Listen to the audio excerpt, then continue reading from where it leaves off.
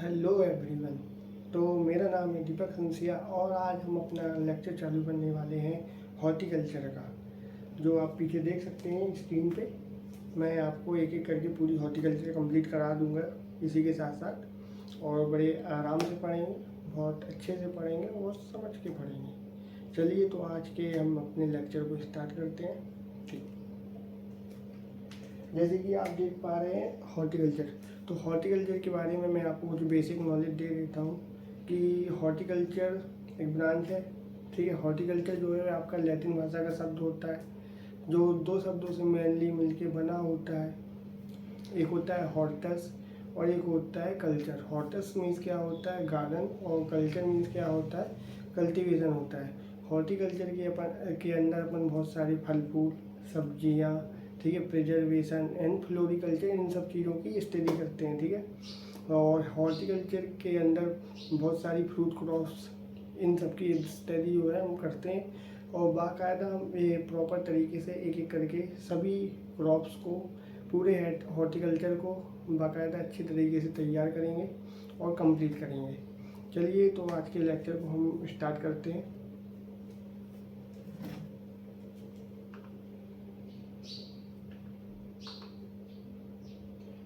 मैं आपको कुछ सम इम्पोर्टेंट फैक्ट बताना चाहता हूँ हॉर्टिकल्चर के बारे में, जो इस प्रकार से है कि फादर ऑफ हॉर्टिकल्चर।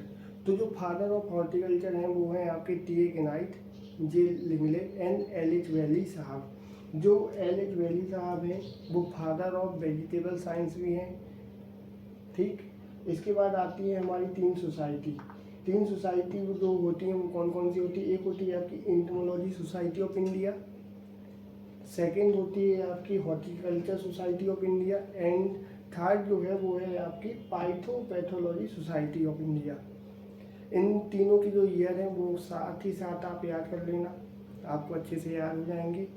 जो एंटोमोलॉजी सोसाइटी ऑफ इंडिया है, तो एंटोमोलॉजी सोसाइटी ऑफ इंडिया का जो ईयर होता है वो होता है 1938 होता है।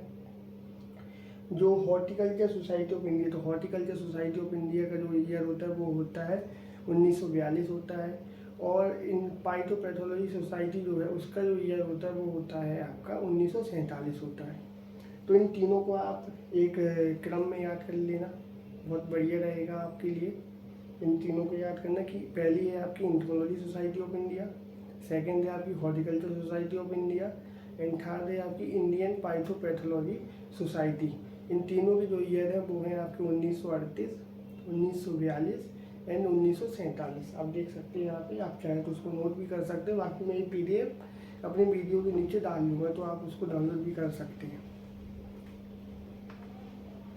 इसके बाद हमारे कुछ रिसर्च इंस्टीट्यूट के बारे में आपको बताना चाहता हूँ। जैसे कि हॉर्टिकल्चर का जो है एक है Indian institute of horticulture research, जैसे आप यहाँ पे देख सकते हैं Indian institute of horticulture research. तो ये कहाँ पे? बेंगलोर कर्नाटका में।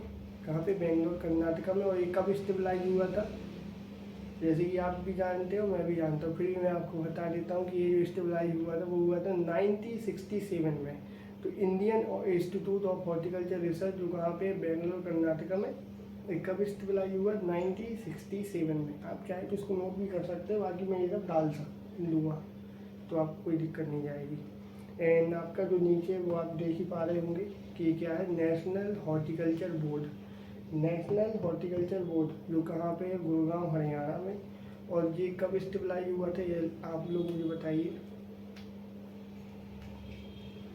जी। 1984। तो नेशनल हॉर्टिकल्चर बोर्ड जो स्टेबलाइज हुआ था वो हुआ था 1984। एक आपका जो अभी अभी हाल ही में स्टेबलाइज हुआ है वो कौन सा है? तो वो है आपका national horticulture board new centre. ठीक है, इसका जो न्यू सेंटर वो हुआ है वो कहाँ पे हुआ है? MP के ग्वालियर में हुआ है। ठीक है, अपन नेक्स्ट स्लाइड पे मूव करेंगे। हॉर्टिकल्चर, तो हॉर्टिकल्चर के बारे में जैसे कि मैंने पहले ही बताया कि हॉर्टिकल्चर जितने भी जो कल्चर वाले शब्द होते हैं वो क्या होते हैं? आपके लैटिन के होते हैं।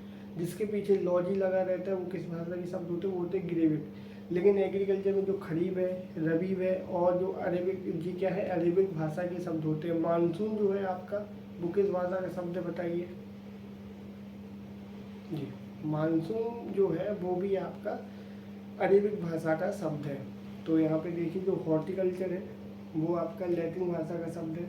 हॉर्टिकल्चर मैंने बताया था आपको कि दो शब्दों से मिलके बना है, हॉर्टस जिसका मतलब क्या होता है, गार्डन होता है, देन कल्चर, और कल्चर का मतलब क्या होता है, कल्टीवेशन होता है। ठीक है, तो हॉर्टिकल्चर जो लैटिन भाषा का शब्द है, दो शब्दों से मिलकर बना है, हॉर्टस प्लस कल्चर।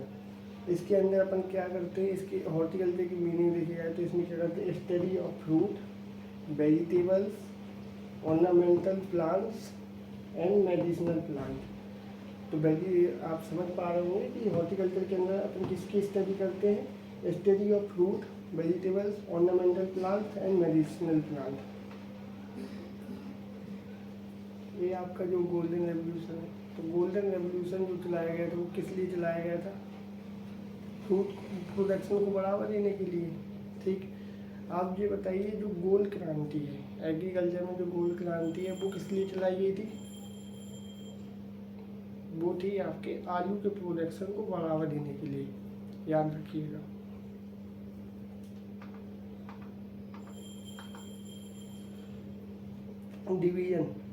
डिवीजन से मेरा मतलब है कि अपन हॉर्टिकल्चर की ब्रांच के बारे में बात करने वाला हूँ आपसे कि हॉर्टिकल्चर की क्या क्या ब्रांच है। तो पहली होती है आपकी पोमोलॉजी। पोमोलॉजी जो है वो मेनली मैं आपको इसके बारे में थोड़ी सी जानकारी दे देता हूँ कि पोमोलॉजी जो है वह लैटिन एंड ग्रीक दोनों भाषाओं का ही शब्द होता है, लेकिन मेनली देखा जाए तो ये क्या होता है, आपका ग्रीक भाषा का शब्द होता है, जिसके अंदर अपन फ्रूट क्रॉप को पढ़ते हैं। ठीक है, इसके बाद आता है आपका वेजिटेबल्स मतलब ऑर्गेनिक कल्चर। तो ऑर्गेनिक कल्चर में जो स्टडी करते हैं वो करते हैं अपन वेजिटेबल्स की। ठीक है, इसके बाद है आपका ऑर्नामेंटल हॉर्टिकल्चर, इसमें फ्लावर्स के बारे में पढ़ते हैं। एंड जॉन जो है आपका वो प्रिजर्वेशन है। प्रिजर्वेशन मतलब कि जो भी हमारे फ्रूट एंड वेजिटेबल्स जो खराब होते हैं, ठीक है, तो इनको कैसे अपन को प्रिजर्व करके रखना है, इस इन सब की स्टडी भी मैं सब आपको बताऊँगा नेक्स्ट। लोकेशन, जब अपन को कोई भी साइट लगानी है, जैसे ऑर्चिड लगाना है, तो पहले अपन लोकेशन का क्या करेंगे, लोकेशन देखेंगे। तो लोकेशन में कुछ चीज़ें जो अपन को याद रखनी है हमेशा कि जो आपकी लोकेशन, जैसे आप मान लीजिए कि आप घर भी बनाते हैं, तो घर बनाते टाइम आप लोकेशन देखते हैं। तो लोकेशन में आप मेनली कुछ चीज़ों को नोटिस करते हैं, जैसे कि वो हाईवे के आसपास होनी चाहिए, बड़ी बड़ी सिटियों में होनी चाहिए, आसपास होनी चाहिए, वहाँ पे क्या होनी चाहिए, इरिगेशन होनी चाहिए। ठीक है, और लाइट की सुविधाएं अच्छी होनी चाहिए। ठीक है, तो ऐसे ही एग्रीकल्चर में भी अपन देखते हैं, जैसे कि यहाँ पे क्या होता है, related to city, highway, town और लेबर एंड इरिगेशन फैसिलिटीज। तो अपन नेक्स्ट स्लाइड पे मूव करते हैं।